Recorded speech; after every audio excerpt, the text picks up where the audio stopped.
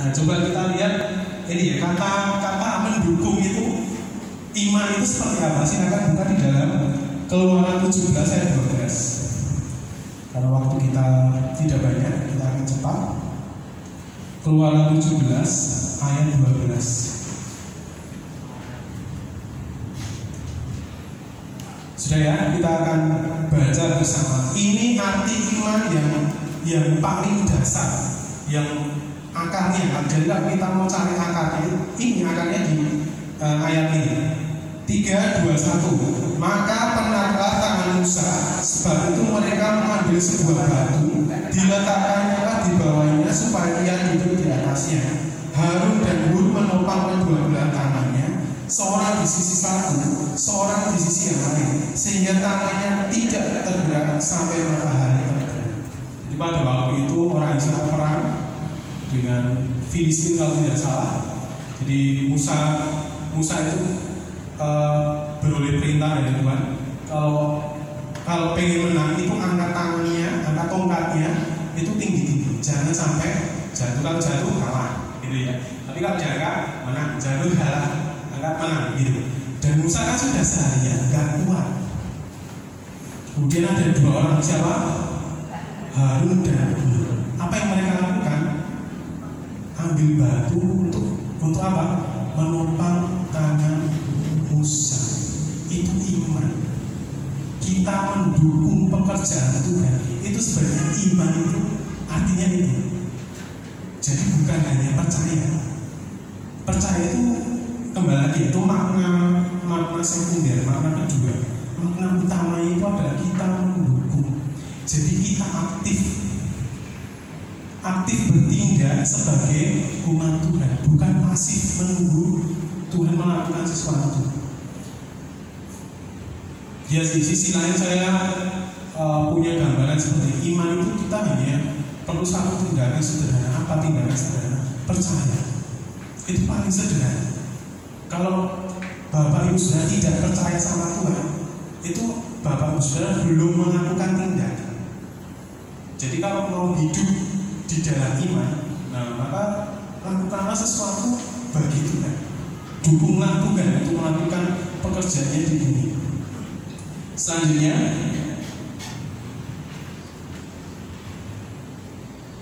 dasar dari kesetiaan atau dasar dari iman adalah karena apa adanya perjanjian. Tuhan setia terhadap umatnya karena dulu Tuhan pernah apa? Berjanji kepada siapa? Umatnya, dan umatnya berjanji pada siapa? Tuhan untuk setia. Jadi kita buka satu ayat ya. Coba di Bilangan 5. Bilangan 5 ayat 6 sampai 7.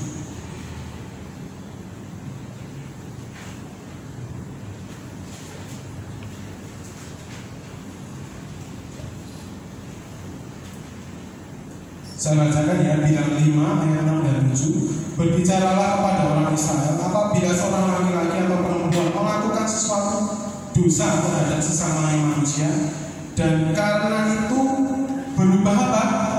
Setia terhadap Tuhan, sehingga orang itu menjadi apa? Bersalah, maka harus kalian mengambil dosa yang telah dilakukannya, kemudian membayar tebusan sepenuhnya, dan lain sebagainya. Jadi kenapa Tuhan setia itu bukan tanpa sebab.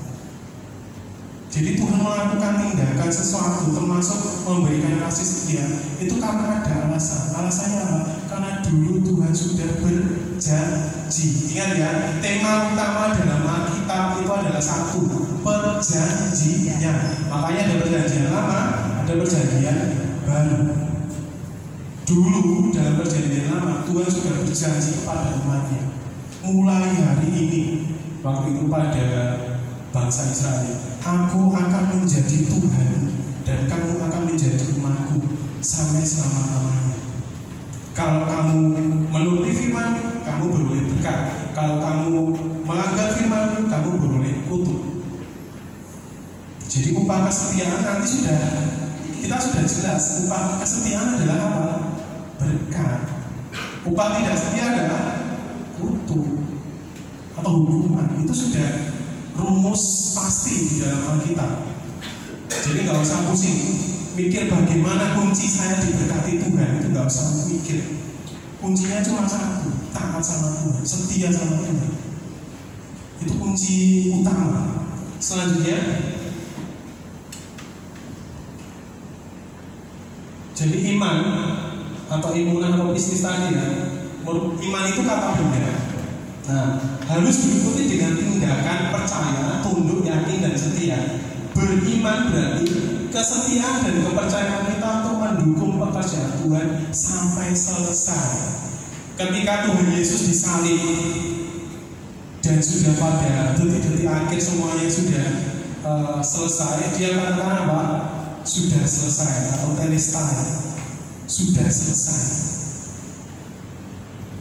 Jadi sampai akhir. Ukuran kesetiaan, ukuran setia kita sejauh apa itu sampai akhir. Akhirnya kan nggak tahu. Setiap manusia itu punya akhir bagaimana kan nggak tahu. Ada yang hari ini setia di gereja, tapi tahun depan tidak. Tahun depannya lagi ternyata sudah tidak mengikut Tuhan, itu banyak. Tapi ada yang hari ini mereka masih di luar Kristen, tahun depan mereka bertobat ikut Yesus, jadi orang yang militan itu ada. Jadi kita tidak bisa menebak atau menghakimi hidup seseorang itu setia atau tidak, itu tidak bisa. Nah, kalau diri kita sendiri bisa. Jadi saya orang yang setia pada Tuhan atau bukan, itu bisa. Jadi apa yang kita hadapi sehari-hari itu sebenarnya mencerminkan kita terhadap tindakan kita pada Tuhan. Misal nih, contoh paling sederhana, bagaimana kita mengukur kesetiaan kita pada Tuhan. Itu adalah misal ini yang sudah menikah. Kalau seorang pria dan wanita menikah, itu pasti mengucap apa? Janji. Janji untuk apa? Setia, sehidup semati, betul kan? Setia, sehidup semati. Dengan apa? Perjanjian. Sama loh. Tuhan dengan umatnya itu seperti mempelai laki-laki dan mempelai wanita. Paham ya di sini ya? Itu ilustrasi paling sederhana. Kalau kita setia dengan pasangan kita, itu berbanding lurus kita setia dengan Tuhan. Paham ya? Kalau kita tidak setia dengan pasangan kita tidak setia dengan Tuhan. Saya pastikan rumusnya sama persis. Itu berbanding lurus. Bagaimana orang bisa orang tidak mengasihi orang lain tapi bisa mengasihi Tuhan, kan bagaimana? Gak ada. Apakah bisa? Orang tidak mengasihi orang lain tapi bisa mengasihi Tuhan, apakah itu bisa? Tidak. Kasihnya itu cacat. Sebaliknya, orang bisa mengasihi orang lain tapi tidak mengasihi Tuhan, apakah bisa? Tidak, karena sumber kasih itu dari siapa? Dari Tuhan. Kita bisa setia terhadap orang lain, terhadap pelayanan, terhadap pekerjaan, bahkan terhadap pasangan hidup. Itu karena siapa? Karena Tuhan. Sumber kasih setianya itu Tuhan. Kesetiaan yang kita pakai itu bukan kesetiaan manusia kita, tapi apa? Kesetiaannya siapa? Tuhan. Nah, kenapa bisa begitu? Kita lanjutkan. Ada tindakan nyata yang kita lakukan untuk mendukung pekerjaan Tuhan. Jadi jika ada kesempatan Bapak Ibu Saudara mendukung pekerjaan Tuhan dalam bentuk apapun dan bagaimana, maka ambillah kesempatan itu. Karena dari situlah iman kita itu bertumbuh sebenarnya. Karena artinya cuma satu, mendukung Tuhan itu dari iman itu. Selanjutnya, makna dasar atau keinginan iman atau setia adalah tindakan mendukung Tuhan. Itu hafal ya, di dalam Yakobus 2 ayat 26. Kalau arti iman adalah mendukung atau tindakan mendukung Tuhan, itu cocok sekali dengan Yakobus 2 ayat 26. Apa bunyinya? Coba kita buka. Yakobus 2 ayat 26.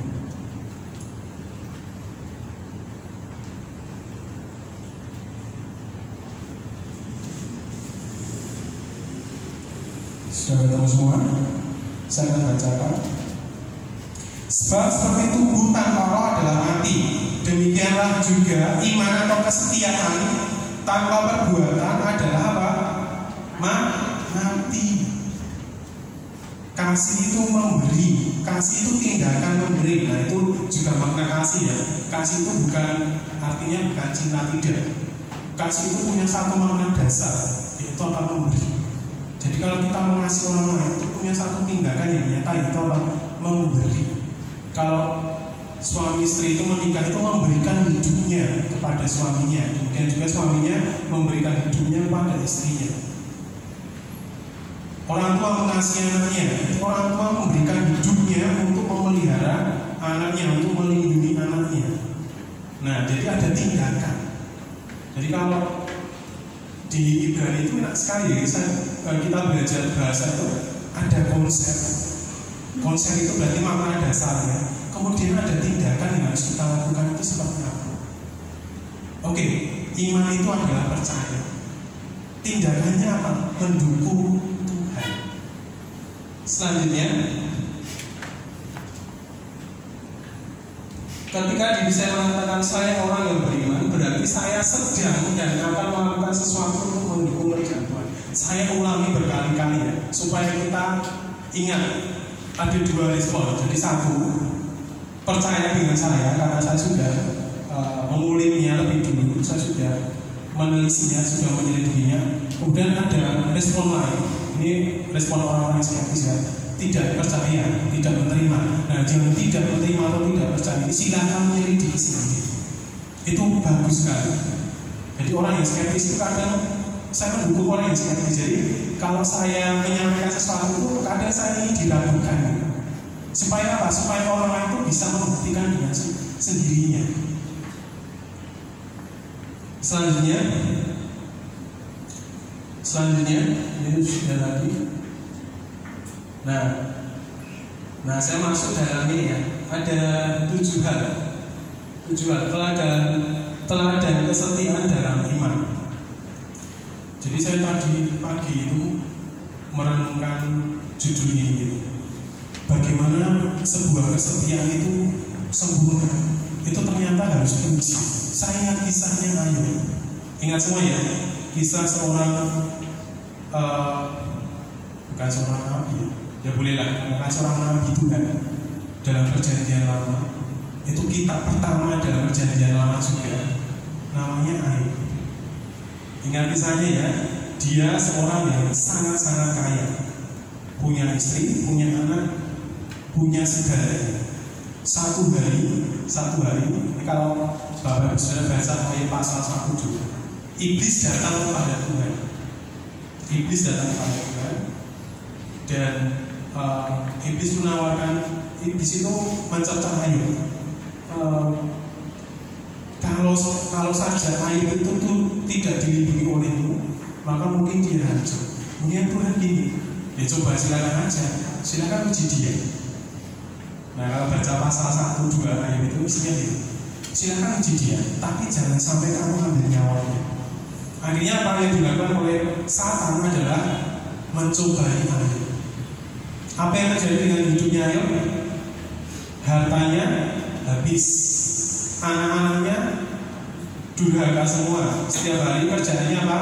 Pesta pora, minum minuman keras, minum anggur, kemudian istrinya juga yang aneh itu gitu ya. Jadi di Alkitab itu saya tidak menemukan kesempurnaan seseorang. Bahkan Ayub yang disebut dikenal oleh orang-orang lain sebagai orang saleh, itu ternyata tidak ya. Ketika Tuhan mengujinya, semuanya habis. Dia ditinggalkan istrinya, ditinggalkan anaknya, bahkan dia ditinggalkan oleh sahabat-sahabatnya. Jadi sahabat-sahabatnya itu bahkan malah menyalahkan Ayub, mungkin kamu yang kurang ajar sama Tuhan, jika Tuhan menghukum, malah digitukan. Jadi habis sampai di titik nol. Sampai satu ketika, karena sudah waktunya Tuhan menyatakan diri pada Ayub. Tuhan memberikan penglihatan ini loh, kalau kamu pengen tahu siapa aku, Tuhan memberikan penglihatan kepada Ayub. Ayub dibawa ke, kalau saya gambarkan itu, keluar angkasa. Tuhan memperlihatkan planet-planet, Tuhan memperlihatkan bintang-bintang dan lain sebagainya. Dan Ayub terkagum-kagum. Oh, ternyata Tuhan yang selama ini saya kenal itu beda ketika saya memasuki. Akhirnya Ayub bertobat dan kemudian Tuhan memberikan berkatnya kembali. Nah, intinya apa? Intinya setiap diri kita itu akan diuji dalam hal kesetiaan. Karena cuma satu cara itu. Caranya apa? Diuji. Seperti emas, itu tahu bagus atau tidak, murni atau tidak, harus apa? Diapakan? Dibakar sampai nemu yang benar-benar pure, yang benar-benar murni. Baru itu punya nilai mahal. Harus diuji. Kalau seperti mutiara, itu dibuang ke tempat yang kotor. Tapi ya namanya mutiara, namanya emas, mau dibuang ke sampah, mau dibuang ke kotoran sekalipun, nilainya tetap sama atau tidak? Sama. Nah, demikian juga kita. Maksudnya Tuhan itu seperti itu. Jadi selama kita percaya, jadi jangan terlalu berfokus kepada Tuhan akan memberikan berkat. Iya, berkat itu dibaliknya itu ada ujian, paham ya? Jadi itu menerima berkat itu syaratnya harus diuji. Seperti seorang anak untuk naik kelas dia harus diuji. Jadi ada tahapan-tahapan yang harus kita lalui. Begitu. Nah, ada beberapa teladan. Satu di dalam Keluaran 15 ayat 24 sampai 26. Kita buka bagaimana firman-Nya. Keluaran pasal 15 ayat 26 sampai 24.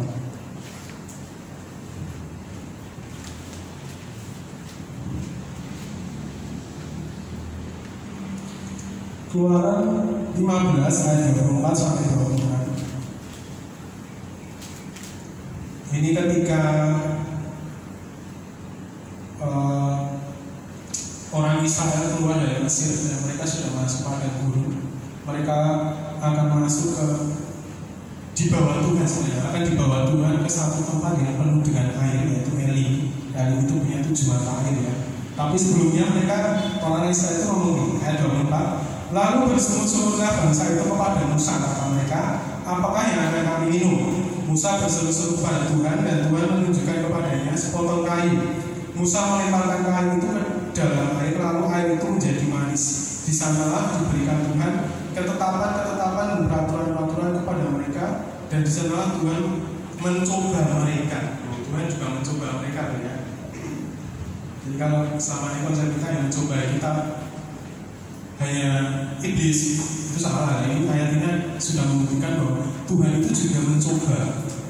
Mencoba itu maksudnya itu menguji, bukan menjatuhkan ya. Tuhan tidak pernah menjatuhkan, tapi itu menguji. 26 firman-Nya kita baca bersama-sama.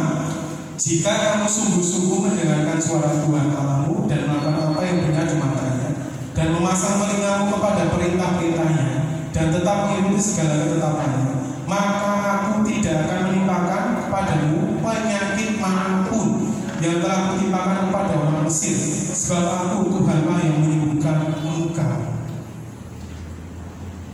Ini juga bisa dijadikan satu pegangan ya, bagaimana kita bisa hidup sehat dan itu. Karena Tuhan tidak menimpakan penyakit asal kita mau taat kepada Dia.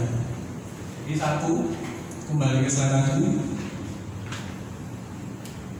Satu, setia melakukan firman. Yang kedua, Ulangan 5 ayat 32 sampai 33. Itu kita buka. Saya lupa isinya. Ulangan 5 ayat 22 sampai 23. Oh ya, 32, sorry.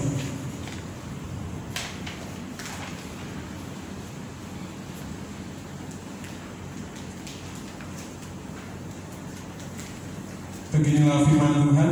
Maka lakukanlah semua itu dengan setia, seperti diberitakan kepadamu oleh Tuhan Allahmu. Jangan menyimpang ke kanan atau ke kiri. Jadi arti tadi benar ya, arti iman atau setia itu adalah lurus hati. Tiga-tiga segenap jalan yang diberitakan kepadamu oleh Tuhan Allahmu haruslah kamu jalani supaya kamu hidup dan baik keadaanmu serta lanjut umurmu di negeri yang akan kamu duduki. Jadi bagaimana kita bisa diberkati Tuhan? Ternyata satu kuncinya adalah setia di dalam iman. Itu sudah nggak usah, saya kira nggak usah mikir berkat dan sebagainya, karena itu akan mengikuti, itu berbanding lurus. Kemudian yang ketiga, Lukas 16 ayat 10 yang tadi saya katakan, setiap ada perkara kecil maka kita akan dipercaya kepada perkara-perkara yang besar. Saya bisa berbicara di depan bapak saudara itu karena dulu saya melakukan sesuatu hal yang remeh yang kecil. Saya pernah yang namanya ngapel gereja. Saya pernah yang namanya antar jemaat. Antar jemaat itu bukan hanya 1-2 kilo. Dulu saya antar jemaat itu puluhan kilo. Beda kecamatan, beda kelurahan, bahkan beda kota. Dulu saya di Karanganyar itu saya antarnya di Sragen. Sebelum saya berbicara, dipercayakan ini besar loh buat saya. Berbicara firman Tuhan itu perkara yang sangat-sangat besar buat saya. Karena dulu saya sudah melakukan itu. Nah, Bapak Ibu saudara juga akan mengalami hal yang sama. Jadi setialah kepada perkara-perkara kecil yang saat ini dipercayakan Tuhan kepada Bapak Ibu. Apapun itu, dukung Tuhan itu melakukan pekerjaan. Kemudian yang kelima, Kejadian 39 ayat 21. Ini kisahnya Yusuf ya. Yang kita buka Kejadian 39. Kejadian 39 ayat 21. Teladan dari seorang Yusuf. Tetapi Tuhan menyertai Yusuf dan melimpahkan apa? Kasih setianya kepadanya dan membuat Yusuf menjadi kesayangan bagi kepala penjara itu. Ingat ya, kisah Yusuf itu, dia itu orang yang sangat setia. Dia itu dibuang saudaranya aja dia nggak marah. Dia malu-malu aja. Di penjara karena difitnah dia juga tidak melawan. Dia terus berdoa kepada Tuhan. Sampai satu ketika karena kesetiaannya itu, Yusuf diangkat menjadi seorang kepala negara, kepala ekonomi, kepala bidang pangan, nomor 2 di Mesir, wakilnya Firaun. Karena apa? Karena Yusuf itu setia melakukan perkara-perkara kecil. Di penjara ya dia tidak marah, tidak melawan, dia tetap bergaul, dia tetap beribadah kepada Tuhan, dia tetap bersyukur.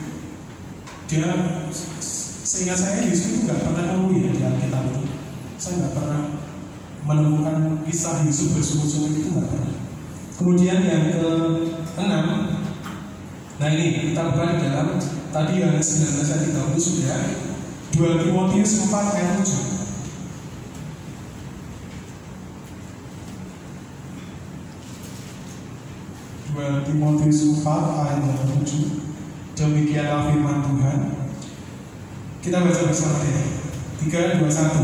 Aku telah mengakhiri pertandingan yang baik. Aku telah mencapai garis akhir dan aku telah memelihara iman atau aku telah memelihara kesetiaan. Kesetiaan itu dipelihara, itu bukan hal yang otomatis. Kita nggak usaha itu salah. Jadi yang namanya kesetiaan itu butuh usaha, sangat-sangat butuh usaha. Saya setia bekerja, mengerjakan pekerjaan saya itu butuh usaha yang keras. Saya setia kepada pasangan saya itu butuh usaha. Saya setia untuk memelihara anak bagi orang tua itu juga butuh usaha. Jadi kesetiaan itu punya usaha untuk memelihara. Begitu ya. Kemudian yang terakhir, nah ini ya, ini tugas kita semua. Kisah Rasul 20 ayat 24 kita buka. Kisah Rasul 20 ayat 24. Ayat terakhir. Kita akan baca bersama. 3, 2, 1. Tetapi aku tidak menghiraukan nyawaku sedikit pun, asal saja aku dapat mencapai garis akhir dan menyelesaikan pelayanan yang ditugaskan oleh Tuhan Yesus kepadaku untuk memberi kesaksian tentang Injil kasih karunia Allah. Ingat ya, yang punya tugas untuk membawa kabar baik itu bukan hanya pendeta atau pelayan, tetapi siapa? Kita semua. Maka yang ini dibawa sampai garis akhir. Jadi kalau Bapak Ibu Saudara menemukan satu kata di Alkitab itu namanya rasul. Rasul itu artinya utusan. Utusan itu punya tugas seperti ini, membawa pesan. Membawa pesan misalnya, aku telah atau Tuhan Yesus menyelamatkan orang-orang berdosa. Nah itu sampai orang terakhir pesannya tetap sama. Tuhan Yesus menyelamatkan orang-orang berdosa, tidak menambahi atau tidak mengurangi. Itu tugas kita semua. Jadi keaslian Injil, keaslian kabar baik itu yang kita sampaikan ke orang lain. Caranya bagaimana? Saya tidak tahu. Setiap kita akan punya cara berbeda dan diberikan jalan berbeda untuk membawa kabar baik itu. Selanjutnya masih ada teman ya? Ya, kesetiaan adalah pembuktian iman. Terima kasih. Mari kita tutup kitab suci kita. Mari kita berdoa.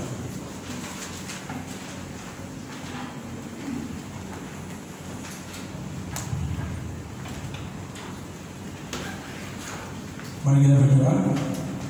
Tuhan Yesus Kristus, terima kasih untuk firman Tuhan yang boleh kami nikmati, boleh kami pelajari pada pagi hari ini Tuhan, sehingga kami boleh belajar makna setia yang adalah merupakan tindakan iman sendiri Tuhan, yang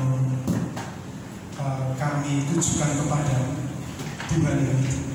Terima kasih Tuhan, jika melalui firman ini kami boleh diteguhkan, kami boleh dibaharui, kami boleh diajar, kami boleh ditegur atau apapun Tuhan. Kau sudah mengerjakan bagian itu dalam setiap hati kami. Dan saat ini firman yang kami dengarkan terbatas di gereja ini Tuhan. Tapi di tempat lain kami minta Tuhan berbicara dalam hati kami melalui firman-Mu.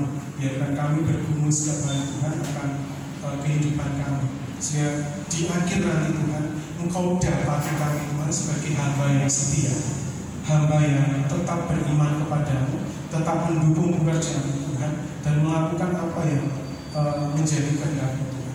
Terima kasih Tuhan, kami menyerahkan segenap hidup kami sebagai jemaat di tempat ini ke dalam nama kuasa-Mu. Demi dan di dalam nama Tuhan kami hidup, Yesus Kristus kami berdoa.